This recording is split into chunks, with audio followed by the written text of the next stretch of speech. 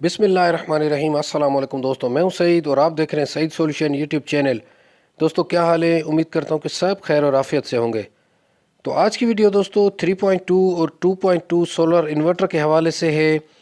अगर आप भी सोलर सिस्टम लगवाना चाहते हैं और कंफ्यूज हैं कि 3.2 लगाएं या 2.2, हालांकि इन दोनों में बज़ाहिर तो सिर्फ 1000 वाट का फ़र्क है, लेकिन दोस्तों हकीकत में इसके अलावा भी बहुत बड़ा फ़र्क है जो मैं आपके साथ शेयर करूंगा इस वीडियो में। जैसे कि इसकी कीमत और इसकी परफॉर्मेंस, और ये कि ये बिजली के मामले में कितनी बचत करते हैं ये दोनों सिस्टम, और कितना आप इन पर लोड चला सकते हैं, कितनी प्लेट्स लगा सकते हैं और उन प्लेट्स से आपको कितना आउटपुट मिल सकता है। तो ये सारी तफसील आपके सामने रखूँगा। ए ग्रेड पैनल लगाने का क्या फ़ायदा है और बी ग्रेड पैनल लगाने का क्या नुकसान है, सारी तफसील इस वीडियो में। तो चलें शुरू करते हैं दोस्तों इस 2.2 किलोवाट से। इस 2.2 किलोवाट की इंस्टॉलेशन की वीडियो मेरे चैनल पर पहले से मौजूद है, मैं डिस्क्रिप्शन में उसका लिंक भी दे देता हूं आपको, ताकि आप देखिएगा कि किन हालात में ये सिस्टम लगा था। अच्छा, इसके अलावा याद रखें दोस्तों कि कस्टमर के ऊपर बहुत ज़्यादा जिम्मेदारी होती है कि जो भी सिस्टम लगाता है उसके बारे में उसको मालूमात होनी चाहिए, वरना फिर मैं आगे चल के आपको जो चीज़ें बताऊंगा तो फिर इस तरह की सिचुएशन बन सकती है और जो कि नुकसानकार साबित हो सकती है आपके लिए। तो सबसे पहले दोस्तों बात कर लेते लोड की। तो आपने अक्सर ये बात सुन रखी होगी किसी भी इन्वर्टर के बारे में कि जितनी उसकी कैपेसिटी है आप उतना पूरा लोड उसको डाल सकते हैं। तो मैं नहीं समझता दोस्तों कि ये बात दुरुस्त है, क्योंकि टेस्ट कंडीशन कुछ और होती हैं और रियल में जो सिचुएशन होती है वो अलग होती है। क्योंकि यहाँ 50 डिग्री में अगर हम पूरे का पूरा लोड 100% डालेंगे तो इन्वर्टर में फ़ाल्ट आने का अंदेशा है। और इसके अलावा दोस्तों मैंने काफ़ी मरतबा ये चीज़ नोट की है कि इन्वर्टर का जो टेम्परेचर है वो अपनी मुकर्ररा हद से बहुत ज़्यादा आगे बढ़ जाता है। मतलब अगर उसकी टेम्परेचर की हद 55 डिग्री है तो मैंने 60 और 65 तक भी देखा है। और इसके अलावा आप अपने इन्वर्टर पे 70 या 80% से ज़्यादा का लोड ना दें तो बेहतर है। और मान लेते हैं दोस्तों कि आप अगर इस पे 1800 का लोड देते हैं, तकरीबन 80-81% है, तो अब सोलर तो हम इस पे 1500 से 17,500-1800 तक लगा सकते हैं, जो कि हमें 13,500 या 1400 तक का आउटपुट देंगे सिर्फ। तो इस सूरत में ये तो फिर बैटरी को ड्रेन करेगा। तो याद रखें कि ये हैवी लोड के लिए नहीं बना है सिस्टम दोस्तों। ये आपके घर के मोटर, फ्रिज, इस्त्री और इस तरह की लोड के लिए है, जो कि स्टेप बाय स्टेप आप चला सकते हैं। अच्छा, इस पर मैंने 1.5 टन का एसी भी चलते हुए देखा है, लेकिन जब वो इकोनॉमी मोड पर होता है, जब 2-2.5 एम्पेयर लेता है। और इसी तरह आप कोशिश करें कि अगर 1 टन का एसी चलाते हैं वो भी इकोनॉमी मोड पे, लेकिन कोशिश करें कि एसी चलाना हो तो बड़े सिस्टम पर जाएं। तो अब बात करते हैं दोस्तों परफॉर्मेंस की। तो जैसा कि अभी आप देख रहे हैं कि ये 844 तकरीबन मैक्सिमम इसकी गई है सोलर से आउटपुट। और इसमें जो पैनल्स लगे हुए हैं वो बी क्लास के लगे हुए हैं पैनल्स, जो कि 150 वाट के हैं।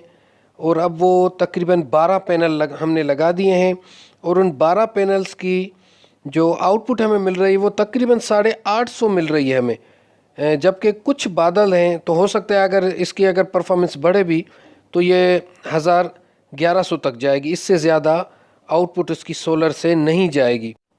तो ये लाजमी है दोस्तों कि आप भी जब भी इसके साथ सोलर प्लेट्स लगाएं तो ए ग्रेड की टियर 1 की प्लेट्स लगाएं, ना कि इस तरह हल्की प्लेट्स के 1-2 साल में ख़राब हो जाएं और अपनी परफॉर्मेंस इस तरह 50% पर ले आए। दूसरी जो शिकायत है दोस्तों वो इन भाई को ये है कि इनके मीटर के यूनिट नहीं बच रहे, काफ़ी ज़्यादा कंज्यूम हो रहे हैं, क्योंकि इन्होंने पिछले महीने भी 1300 रुपये का बिल दिया है और इस महीने इनकी 165 यूनिट की कंजप्शन हो चुकी है अभी तक, और कुछ दिन बाकी हैं अभी भी रीडिंग में।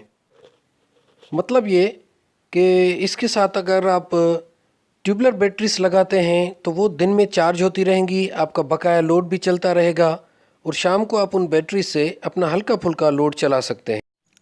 इसके अलावा दोस्तों इसकी जो यूटिलिटी से चार्जिंग है वो 24 घंटे के लिए खुली हुई है। तो जैसे ही लाइट जाती है उसके बाद दोबारा आती है तो रात में भी ये बैटरीज को चार्ज करता है।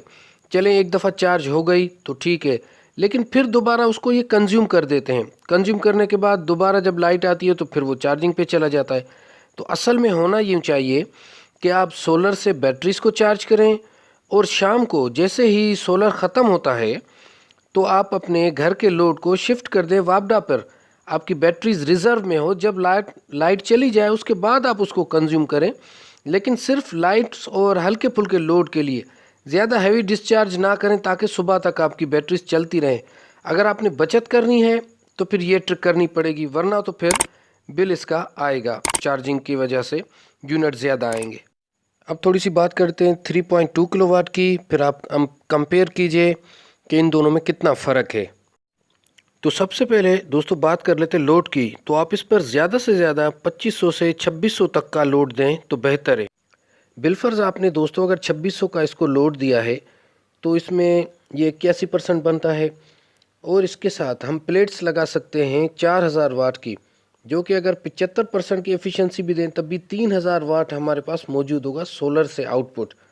तो ये हमारे लिए बहुत ज़्यादा है। इसमें हमारी कोई बैटरी ड्रेन नहीं होगी, बल्कि इसके अलावा और भी हम लोड चला सकते हैं, या अगर बैटरीज खाली हैं तो उनको चार्ज भी कर सकता है। तो ये एक बहुत बड़ा फ़र्क है।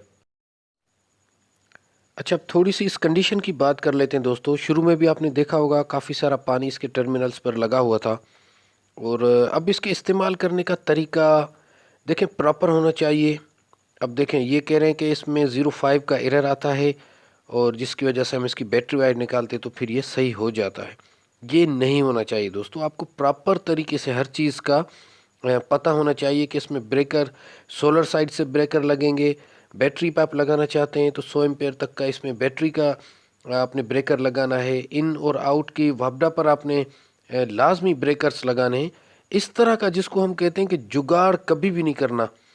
आपने जो भी चीज़ करनी है, जो भी सिस्टम लगवाना है, वो प्रॉपर वे में लगवाएं।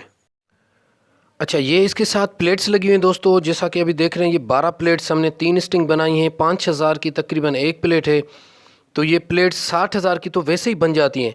तो इसकी जगह पे अगर टियर 1 की प्लेट्स लगाई जाती जो कि 4 प्लेट्स ही होती तो इनसे ज़्यादा बेहतर था, क्योंकि इनकी जो अभी आउटपुट एफिशिएंसी है वो हमें तकरीबन 46-47% मिल रही है, जो कि आधे से भी कम है।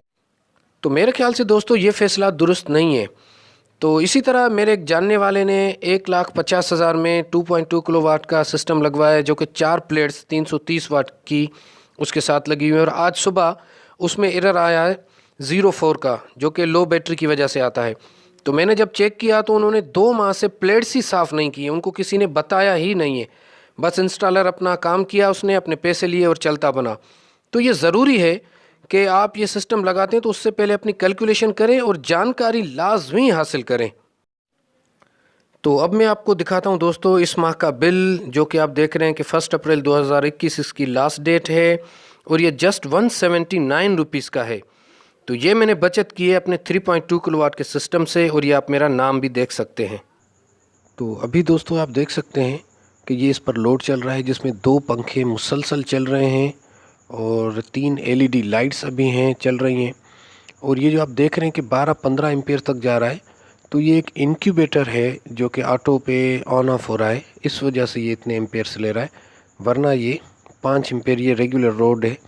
और ये अभी सोने के टाइम पे हमने इसको ऑन कर दिया है, तो अब ये सुबह तक बैटरीज चलती रहेंगी। इस तरह की मज़ीद वीडियो मेरे चैनल पर मौजूद हैं। तो आज की वीडियो यहाँ तक थी। अपना बहुत सारा ख्याल रखिएगा। अल्लाह हाफिज़।